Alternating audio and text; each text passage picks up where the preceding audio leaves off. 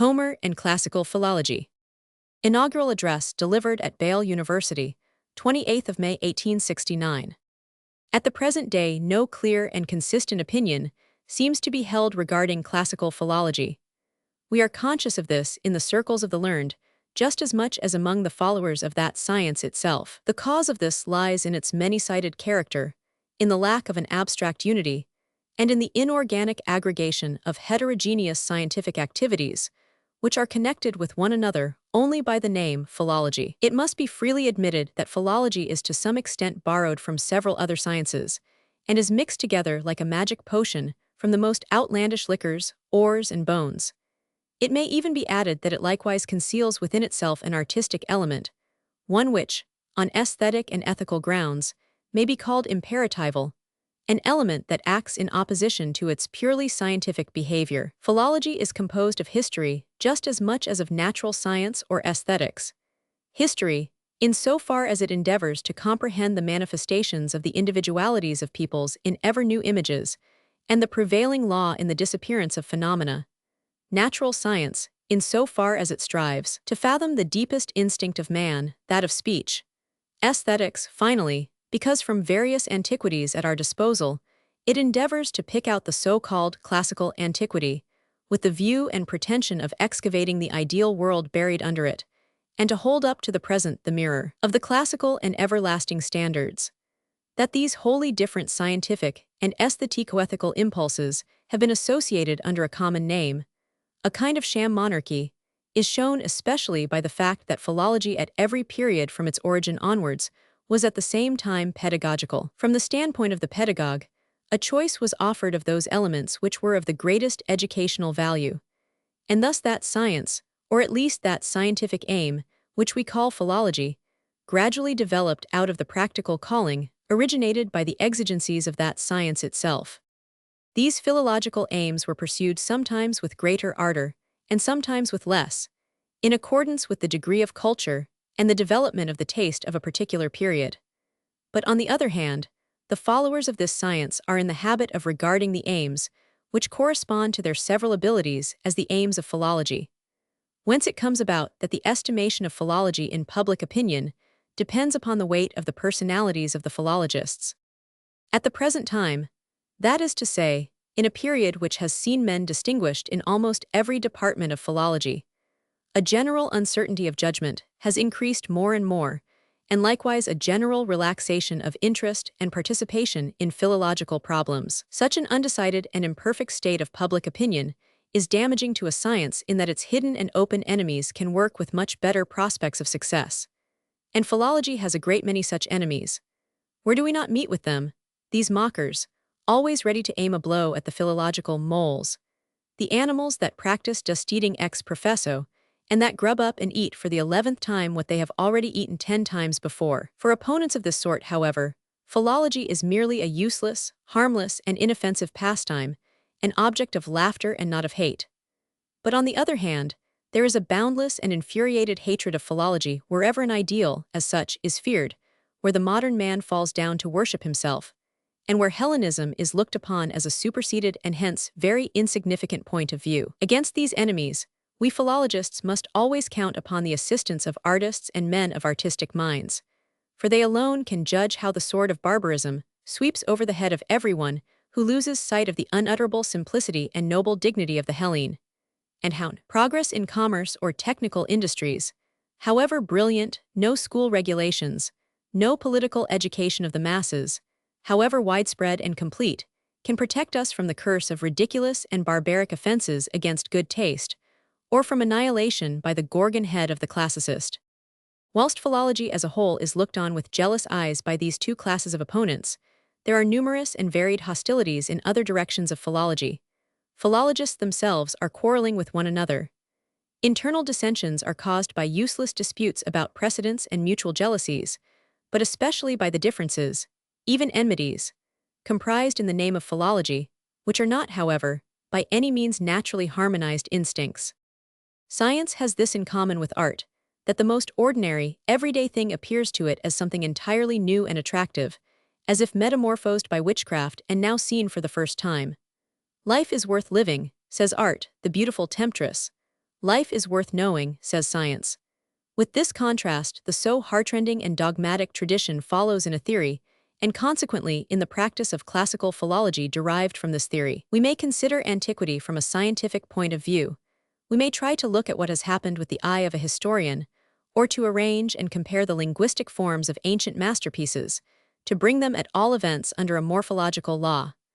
But we always lose the wonderful creative force, the real fragrance, of the atmosphere of antiquity. We forget that passionate emotion, which instinctively drove our meditation and enjoyment back to the Greeks. From this point onwards, we must take notice of a clearly determined and very surprising antagonism, which philology has great cause to regret. From the circles upon whose help we must place the most implicit reliance, the artistic friends of antiquity, the warm supporters of Hellenic beauty and noble simplicity, we hear harsh voices crying out that it is precisely the philologists themselves who are the real opponents and destroyers of the ideals of antiquity. Schiller upbraided the philologists with having scattered Homer's laurel crown to the winds. It was none other than Goethe who, in early life a supporter of Wolff's theories regarding Homer, recanted in the verses, "With subtle wit you took away our former adoration. The Iliad, you may say, was mere conglomeration. Think it not crime in any way. Youth's fervent adoration leads us to know the verity, and feel the poet's unity. The reason of this want of piety and reverence must lie deeper, and many are in doubt as to whether philologists are lacking in artistic capacity and impressions, so that they are unable to do justice to the ideal, or whether the spirit of negation has become a destructive and iconoclastic principle of theirs. When, however, even the friends of antiquity, possessed of such doubts and hesitations, point to our present classical philology as something questionable, what influence may we not ascribe to the outbursts of the realists and the claptrap of the heroes of the passing hour? To answer the latter on this occasion, especially when we consider the nature of the present assembly, would be highly injudicious. At any rate, if I do not wish to meet with the fate of that sophist who, when in Sparta, publicly undertook to praise and defend Heracles, when he was interrupted with the query, "But who then has found fault with him?"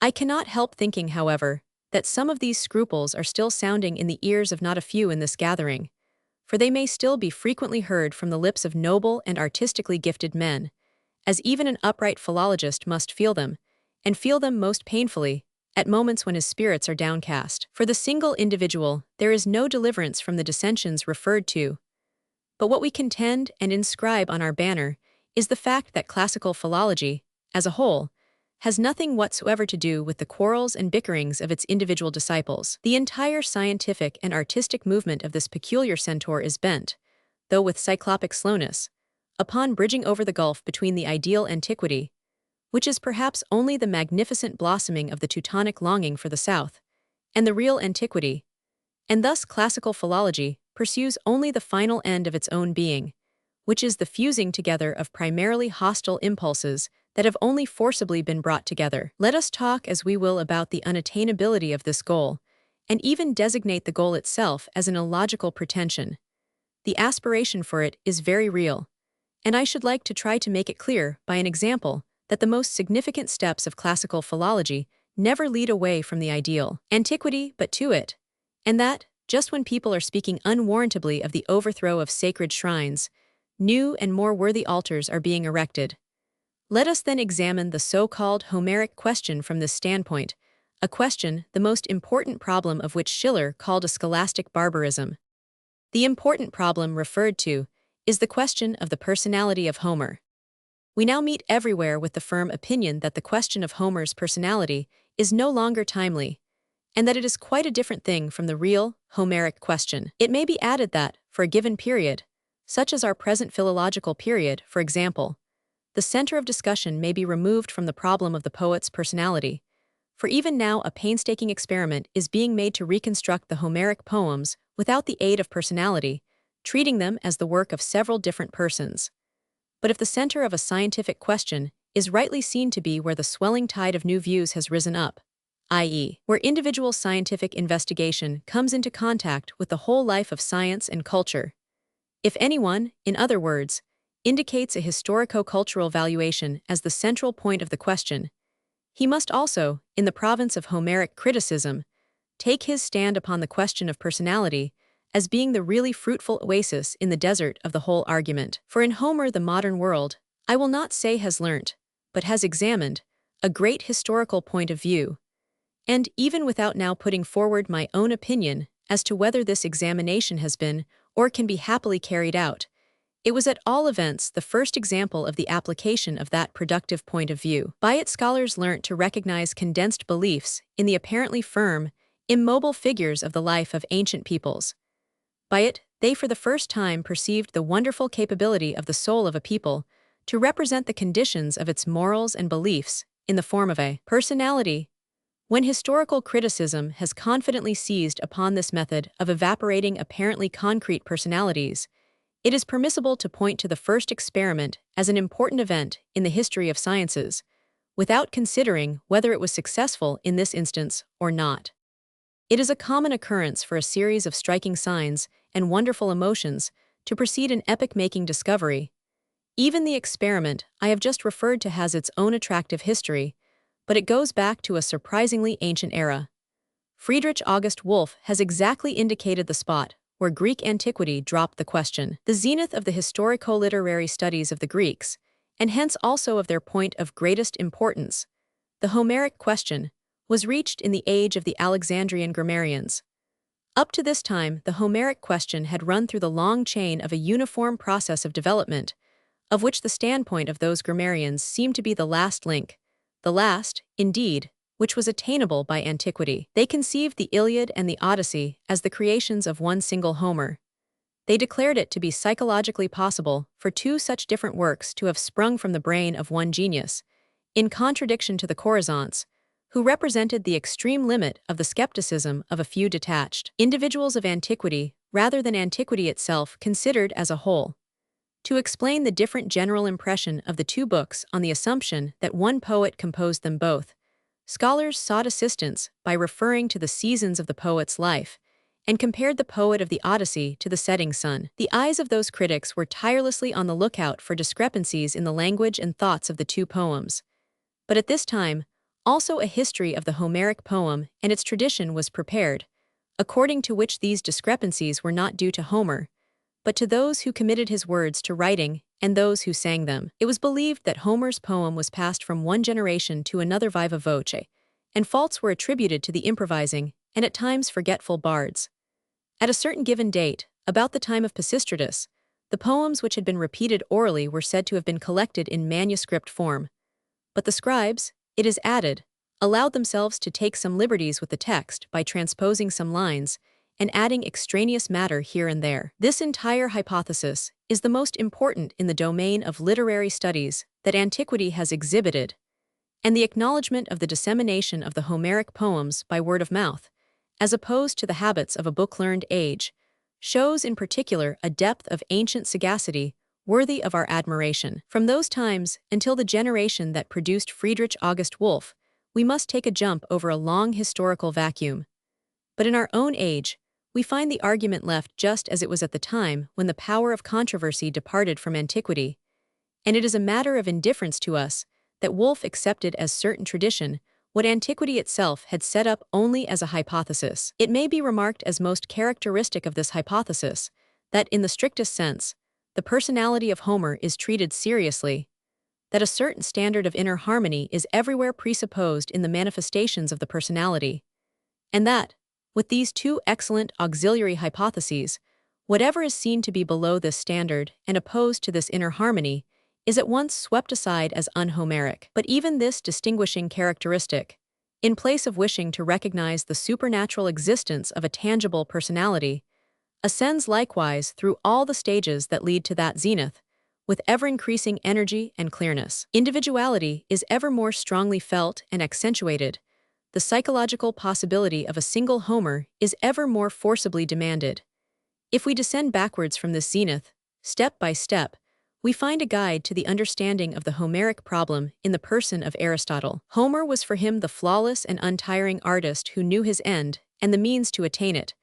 But there is still a trace of infantile criticism to be found in Aristotle, i.e., in the naive concession he made to the public opinion that considered Homer as the author of the original of all comic epics, the Margites. If we go still further backwards from Aristotle, the inability to create a personality is seen to increase.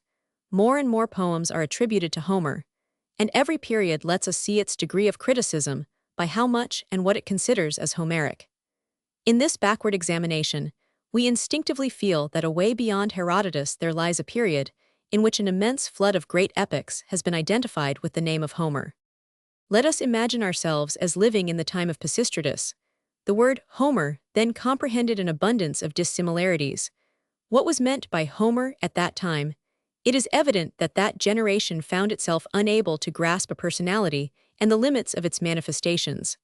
Homer had now become of small consequence. And then we meet with the weighty question: what lies before this period? Has Homer's personality, because it cannot be grasped, gradually faded away into an empty name? Or had all the Homeric poems been gathered together in a body, the nation naively representing itself by the figure of Homer? Was the person created out of a conception, or the conception out of a person? This is the real Homeric question, the central problem of the personality. The difficulty of answering this question, however, is increased when we seek a reply in another direction, from the standpoint of the poems themselves which have come down to us, as it is difficult for us at the present day, and necessitates a serious effort on our part, to understand the law of gravitation clearly, that the earth alters its form of motion when another heavenly body changes its position in space. Although no material connection unites one to the other, it likewise costs us some trouble to obtain a clear impression of that wonderful problem, which, like a coin long passed from hand to hand, has lost its original and highly conspicuous stamp. Poetical works, which cause the hearts of even the greatest geniuses to fail when they endeavor to vie with them, and in which unsurpassable images are held up for the admiration of posterity, and yet the poet who wrote them with only a hollow, shaky name. Whenever we do lay hold on him, nowhere the solid kernel of a powerful personality. For who would wage war with the gods, who, even with the one God? Asks Goethe even, who, though a genius, strove in vain to solve that mysterious problem of the Homeric inaccessibility. The conception of popular poetry seemed to lead like a bridge over this problem. A deeper and more original power than that of every single creative individual was said to have become active. The happiest people, in the happiest period of its existence, in the highest activity of fantasy and formative power, was said to have created those immeasurable poems. In this universality, there is something almost intoxicating in the thought of a popular poem.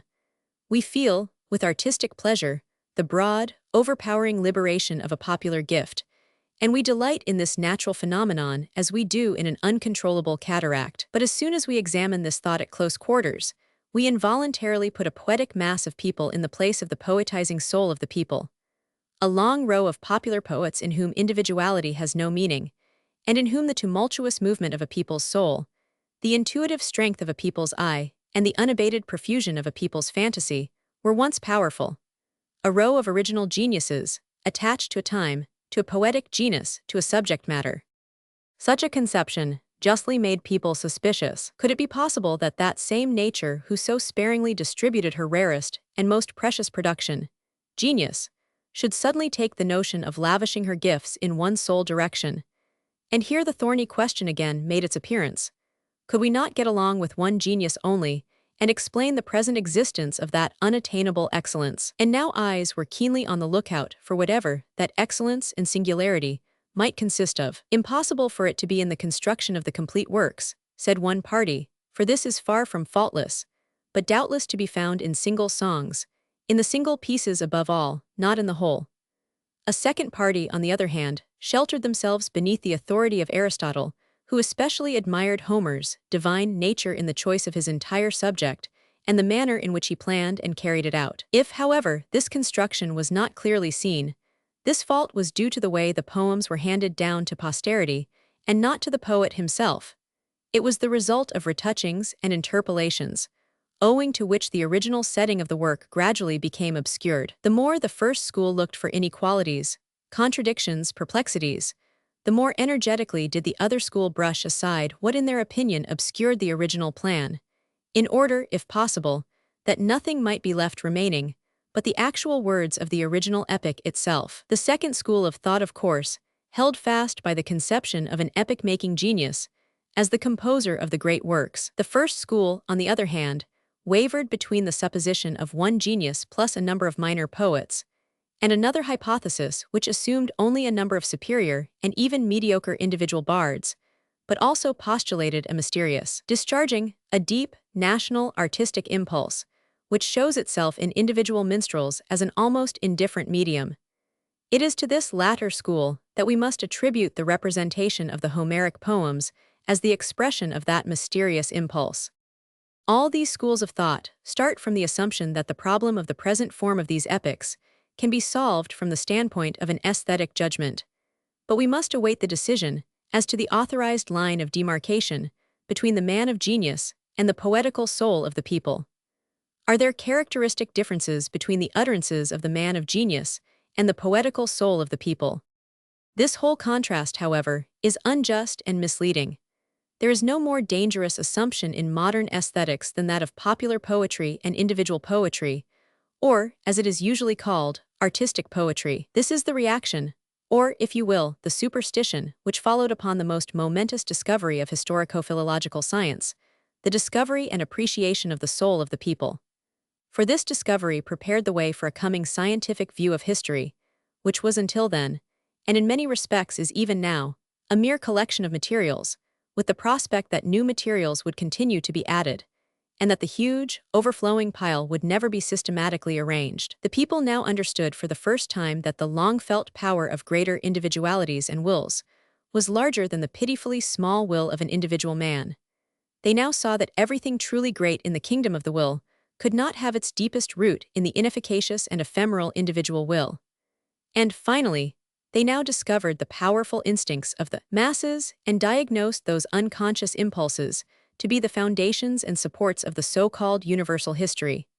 But the newly lighted flame also cast its shadow, and this shadow was none other than that superstition already referred to, which popular poetry set up in opposition to individual poetry, and thus enlarged the comprehension of the people's soul to that of the people's mind. By the misapplication of a tempting analogical inference, people had reached the point of applying in the domain of the intellect and artistic ideas that principle of greater individuality, which is truly applicable only in the domain of the will. The masses have never experienced more flattering treatment than in thus having the laurel of genius set upon their empty heads. It was imagined that new shells were forming round a small kernel, so to speak, and that those pieces of popular poetry originated like avalanches in the drift and flow of tradition. They were, however, ready to consider that kernel as being of the smallest possible dimensions, so that they might occasionally get rid of it altogether without losing anything of the mass of the avalanche. According to this view, the text itself and the stories built round it are one and the same thing. Now, however, such a contrast between popular poetry and individual poetry does not exist at all. On the contrary, all poetry, and of course popular poetry also, requires an intermediary individuality. This much-abused contrast, therefore, is necessary only when the term individual poem is understood to mean a poem which has not grown out of the soil of popular feeling, but which has been composed by a non-popular poet in a non-popular atmosphere, something which has come to maturity in the study of a learned man, for example. With the superstition which presupposes poetizing masses is connected another.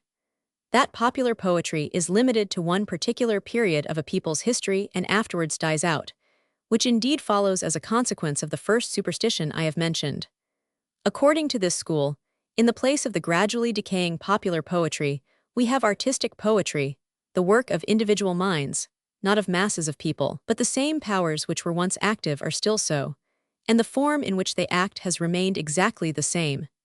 The great poet of a literary period is still a popular poet in no narrower sense than the popular poet of an illiterate age. The difference between them is not in the way they originate, but it is their diffusion and propagation, in short, tradition.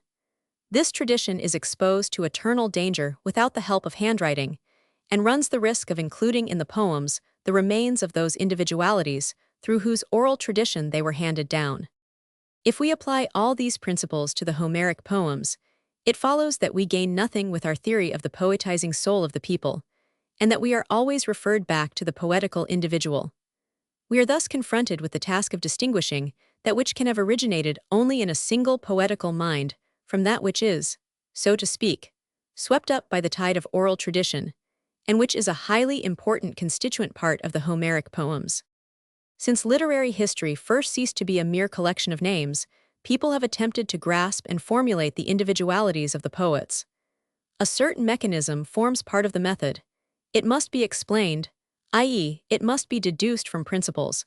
Why this or that individuality appears in this way and not in that. People now study biographical details, environment, acquaintances, contemporary events, and believe that by mixing all these ingredients together, they will be able to manufacture the wished-for individuality.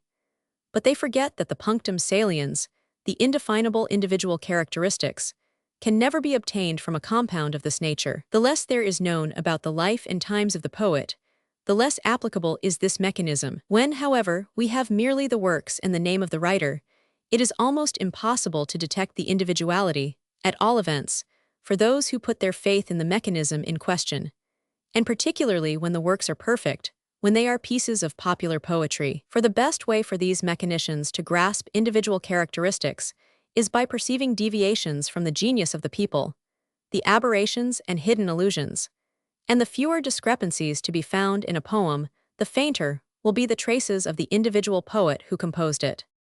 All those deviations, everything dull and below the ordinary standard which scholars think they perceive in the Homeric poems, were attributed to tradition, which thus became the scapegoat. What was left of Homer's own individual work? Nothing but a series of beautiful and prominent passages chosen in accordance with subjective taste. The sum total of aesthetic singularity, which every individual scholar perceived with his own artistic gifts, he now called Homer. This is the central point of the Homeric errors. The name of Homer, from the very beginning, has no connection either with the conception of aesthetic perfection or yet with the Iliad and the Odyssey. Homer, as the composer of the Iliad and the Odyssey, is not a historical tradition, but an aesthetic judgment. The only path which leads back beyond the time of Pisistratus and helps us to elucidate the meaning of the name Homer, takes its way on the one hand through the reports which have reached us concerning Homer's birthplace, from which we see that, although his name is always associated with heroic epic poems, he is on the other hand no more referred to as the composer of the Iliad and the Odyssey than as the author of the Thebais or any other cyclical epic. On the other hand, again, an old tradition tells of the contest between Homer and Hesiod, which proves that when these two names were mentioned, people instinctively thought of two epic tendencies, the heroic and the didactic, and that the signification of the name, Homer, was included in the material category and not in the formal. This imaginary contest with Hesiod did not even yet show the faintest presentiment of individuality. From the time of Pisistratus onwards, however, with the surprisingly rapid development of the Greek feeling for beauty, the differences in the aesthetic value of those epics continued to be felt more and more. The Iliad and the Odyssey arose from the depths of the flood and have remained on the surface ever since. With this process of aesthetic separation, the conception of Homer gradually became narrower. The old material meaning of the name, Homer, as the father of the heroic epic poem, was changed into the aesthetic meaning of Homer, the father of poetry in general, and likewise its original prototype. This transformation was contemporary with the rationalistic criticism, which made Homer the magician out to be a possible poet, which vindicated the material and formal traditions of those numerous epics as against the unity of the poet, and gradually removed that heavy load of cyclical epics from Homer's shoulders. So Homer, the poet of the Iliad and the Odyssey, is an aesthetic judgment. It is, however, by no means affirmed against the poet of these epics that he was merely the imaginary being of an aesthetic impossibility, which can be the opinion of only very few philologists indeed. The majority contend that a single individual was responsible for the general design of a poem such as the Iliad, and further that this individual was Homer. The first part of this contention may be admitted, but in accordance with what I have said, the latter part must be denied. And I very much doubt whether the majority of those who adopt the first part of the contention have taken the following considerations into account. The design of an epic, such as the Iliad, is not an entire whole, not an organism, but a number of pieces strung together, a collection of reflections arranged in accordance with aesthetic rules. It is certainly the standard of an artist's greatness to note what he can take in with a single glance and set out in rhythmical form. The infinite profusion of images and incidents in the Homeric epic must force us to admit that such a wide range of vision is next to impossible. Where, however, a poet is unable to observe artistically with a single glance, he usually piles conception on conception and endeavors to adjust his characters according to a comprehensive scheme. He will succeed in this all the better the more he is familiar with the fundamental principles of aesthetics. He will even make some believe that he made himself master of the entire subject by a single powerful glance. The Iliad is not a garland, but a bunch of flowers. As many pictures as possible are crowded on one canvas, but the man who placed them there was indifferent as to whether the grouping of the collected pictures was invariably suitable and rhythmically beautiful. He well knew that no one would ever consider the collection as a whole, but would merely look at the individual parts. But that stringing together of some pieces as the manifestations of a grasp of art which was not yet highly developed, still less thoroughly comprehended and generally esteemed, cannot have been the real Homeric deed, the real Homeric epic-making event. On the contrary, this design is a later product, far later than Homer's celebrity. Those, therefore, who look for the original and perfect design are looking for a mere phantom, for the dangerous path of oral tradition had reached its end just as the systematic arrangement appeared on the scene. The disfigurements which were caused on the way could not have affected the design, for this did not form part of the material handed down from generation to generation. The relative imperfection of the design must not, however, prevent us from seeing in the designer a different personality from the real poet. It is not only probable that everything which was created in those times with conscious aesthetic insight was infinitely inferior to the songs that sprang up naturally in the poet's mind and were written down with instinctive power. We can even take a step further. If we include the so-called cyclic poems in this comparison, there remains for the designer of the Iliad and the Odyssey the indisputable merit of having done something relatively great in this conscious technical composing.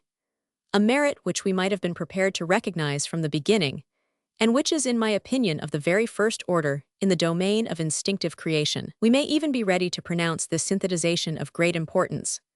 All those dull passages and discrepancies, deemed of such importance, but really only subjective, which we usually look upon as the petrified remains of the period of tradition, are not these perhaps merely the almost necessary evils which must fall to the lot of the poet of genius, who undertakes a composition virtually without a parallel, and further, one which proves to be of incalculable difficulty?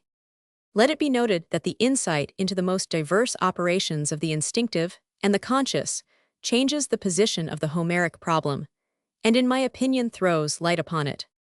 We believe in a great poet as the author of the Iliad and the Odyssey, but not that Homer was this poet. The decision on this point has already been given. The generation that invented those numerous Homeric fables, that poetized the myth of the contest between Homer and Hesiod, and looked upon all the poems of the epic cycle as Homeric, did not feel an aesthetic but a material singularity when it pronounced the name Homer. This period regards Homer as belonging to the ranks of artists like Orpheus, Eumolpus, Daedalus, and Olympus, the mythical discoverers of a new branch of art, to whom, therefore, all the later fruits which grew from the new branch were thankfully dedicated. And that wonderful genius to whom we owe the Iliad and the Odyssey belongs to this thankful posterity. He, too, sacrificed his name on the altar of the primeval father of the Homeric epic, Homeros. Up to this point, gentlemen, I think I have been able to put before you the fundamental philosophical and aesthetic characteristics of the problem of the personality of Homer, keeping all minor details rigorously at a distance, on the supposition that the primary form of this widespread and honeycombed mountain, known as the Homeric question, can be most clearly observed by looking down at it from a far-off height. But I have also, I imagine, recalled two facts to those friends of antiquity who take such delight in accusing us philologists of lack of piety for great conceptions and an unproductive zeal for destruction. In the first place, those great conceptions, such, for example, as that of the indivisible and inviolable poetic genius, Homer, were during the pre-Wolfian period only too great, and hence inwardly altogether empty and elusive when we now try to grasp them. If classical philology goes back again to the same conceptions, and once more tries to pour new wine into old bottles, it is only on the surface that the conceptions are the same. Everything has really become new, bottle and mind, wine, and word. We everywhere find traces of the fact that philology has lived in company with poets, thinkers, and artists for the last 100 years. Whence it has now come about that the heap of ashes formerly pointed to as classical philology is now turned into fruitful and even rich soil too. And there is a second fact, which I should like to recall to the memory of those friends of antiquity who turn their dissatisfied backs on classical philology. You honor the immortal masterpieces of the Hellenic mind in poetry and sculpture, and think yourselves so much more fortunate than preceding generations, which had to do without them. But you must not forget that this whole fairyland once lay buried under mountains of prejudice, and that the blood and sweat and arduous labor of innumerable followers of our science were all necessary to lift up that world from the chasm into which it had sunk. We grant that philology is not the creator of this world, not the composer of that immortal music. But is it not a merit, and a great merit, to be a mere virtuoso, and let the world for the first time hear that music which lay so long in obscurity, despised and undecipherable? Who was Homer previously to Wolfe's brilliant investigations? A good old man, known at best as a natural genius, at all events the child of a barbaric age, replete with faults against good taste and good morals. Let us hear how a learned man of the first rank writes about Homer even so late as 1783. Where does the good man live? Why did he remain so long incognito? Apropos, can't you get me a silhouette of him? We demand thanks, not in our own name, for we are but atoms, but in the name of philology itself, which is indeed neither a muse nor a grace, but a messenger of the gods. And just as the muses descended upon the dull and tormented Boeotian peasants, so philology comes into a world full of gloomy colors and pictures, full of the deepest, most incurable woes, and speaks to men comfortingly of the beautiful and godlike figure of a distant, rosy, and happy fairyland. It is time to close. Yet before I do so, a few words of a personal character must be added, justified, I hope, by the occasion of this lecture. It is but right that a philologist should describe his end, and the means to it in the short formula of a confession of faith. And let this be done in the saying of Seneca, which I thus reverse. Philosophia facta est philologia fuit. By this, I wish to signify that all philological activities should be enclosed and surrounded by a philosophical view of things, in which everything individual and isolated is evaporated as something detestable, and in which great homogeneous views alone remain. Now, therefore, that I have enunciated my philological creed, I trust you will give me cause to hope that I shall no longer be a stranger among you. Give me the assurance that in working with you towards this end, I am worthily fulfilling the confidence with which the highest authorities of this community have honored me.